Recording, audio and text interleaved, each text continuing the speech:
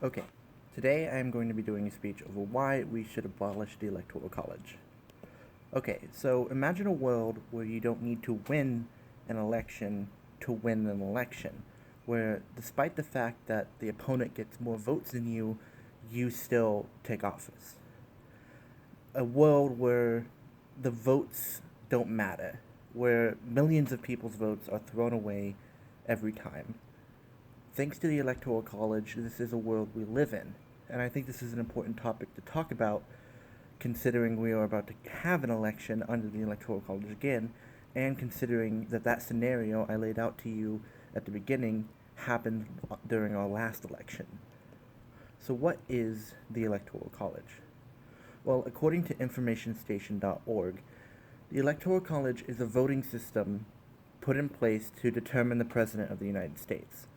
And the way it works is that instead of counting individual votes from all the people, each state gets a number of delegates who vote in the Electoral College depending on population. So a state like California with a large population will get a large amount of delegates, while a state like Rhode Island with a small number of population will get a small number of delegates.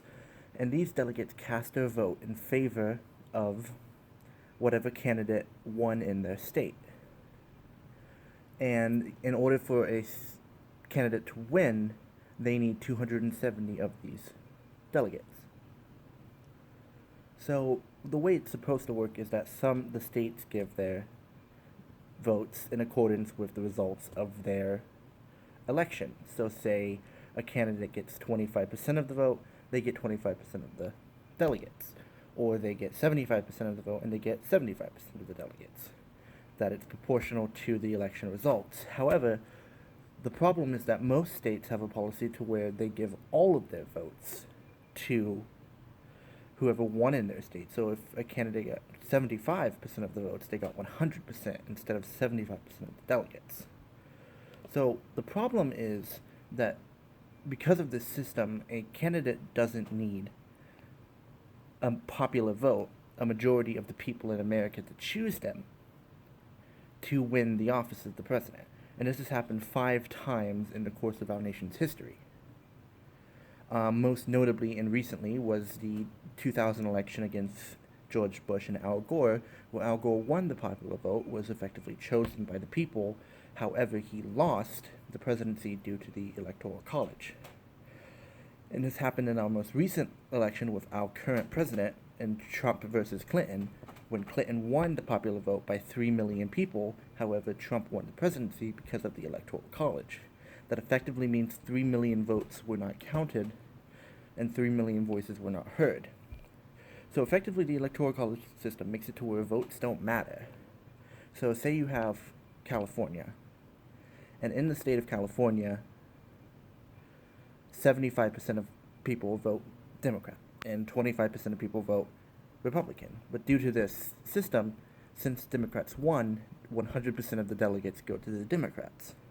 That means that 25% of the people voices were not heard and their votes were effectively erased. Or say, so in the case of California, a lot of those Democratic voters came from the large cities, and a lot of the Republican voters came from the rural areas. This effectively means, based off the system, that the cities have more of a say than the rural parts of the state. Whereas in a more representative system, all of their voices would be heard. So the reason that the Electoral College is like this comes down to history. During the forming of our nation, there were 2 camps of thought when it came to electing the President of the United States. There were those who were afraid of having a select elite decide it because they felt that that was too close to what they saw as the tyrannical monarchy that they had just broken free of. And then there were the others who didn't want the masses to elect the president because they felt that the people were too uneducated and that they didn't have the knowledge to properly elect a person. So they came together and they made a compromise, and that's what the electoral system is. They can still have the people vote through a popular vote, but through the delegates they can have it kind of taken out of their hands and only have the people say kind of taken into account. And this worked fine when it was just 13 states. Sorry, my home phone is ringing. This worked fine when it was just a few states and a very small population, but as states were added and as the population grew, the disparity between the Electoral College and the popular vote grew even more, to where we see cases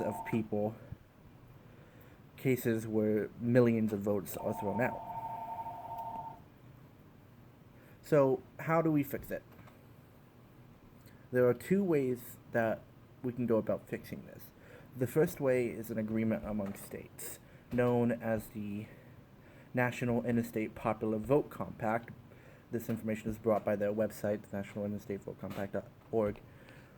And this National Interstate Popular Vote Compact is effectively an agreement among states to give out their electoral votes proportionately. So, the way it was meant to be, 25% of the votes. If you win 25% of the votes, you get 25% of the delegates, and 100%, you get 100% of the delegates. And effectively, if enough states join this compact, it will effectively render the Electoral College useless. And the other way is to get rid of the system entirely and switch to the popular vote.